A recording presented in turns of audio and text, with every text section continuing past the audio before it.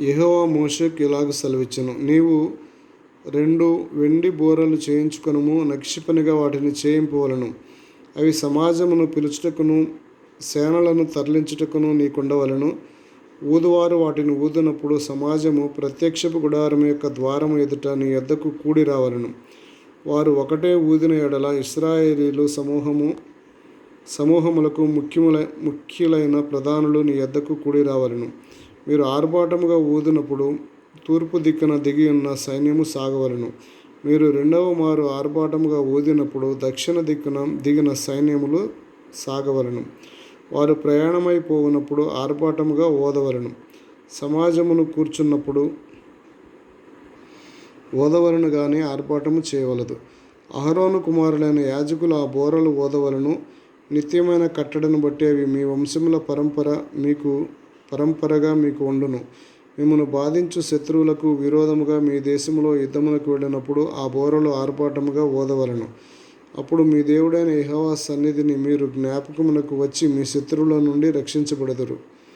మరియు ఉత్సవ దినమందు నియామక కాలముల యందు నెలల ఆరంభముల యందు మీరు దహన బలులు గాని సమాధాన బలులు గాని అర్పించినప్పుడు ఆ బూరలు ఊదవలెను. అప్పుడు అవి మీ దేవుని సన్నిధిని మీకు జ్ఞాపకార్థముగా ఉండును. మీ దేవుడైన యెహోవాను నేనే. 2వ సంవత్సరము 2వ నెల 20వ తేదీని మేఘము సాక్ష్యపు మందిరము మీద నుండి పైకెత్తబడెను.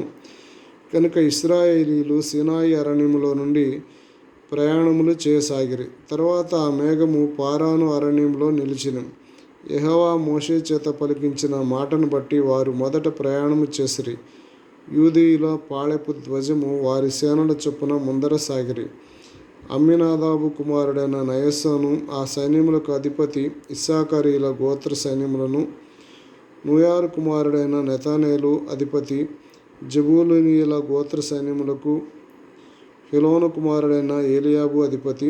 మందిరము విప్పబడినప్పుడు గెర్షోనీయులు మురారీయులను మందిరమును మోయిచూ సాగిరి. రూబేనీయుల పాళెము ధ్వజము వారి సేనల చొప్పున సాగెను.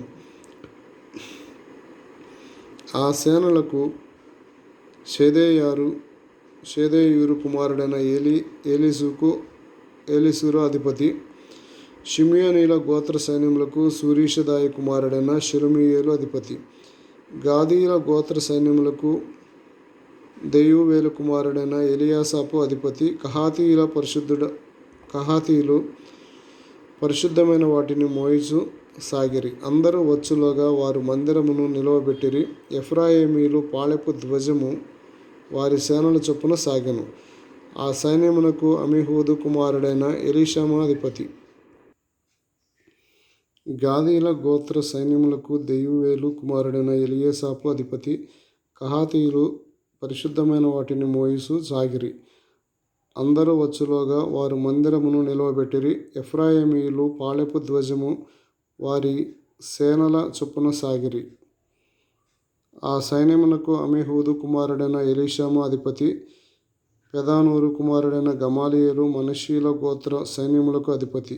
గిద్యోను కుమారుడైన అబీదాను బెన్యామీను గోత్రముల సైన్యమునకు అధిపతి. దానీయులు పాళెమునకు ధ్వజము సాగెను. అది పాళెములన్నిటిలో వెనుక ఉండెను. అమీషదాయి కుమారుడైన అహీయెజెరు ఆ సైన్యములకు అధిపతి. ఓక్రాను కుమారుడైన పగీయేలు అషేరీయుల గోత్రమునకు అధిపతి. ఏనాను కుమారుడైన అహీరా నాప్తాలీయుల గోత్ర సైన్యములకు అధిపతి.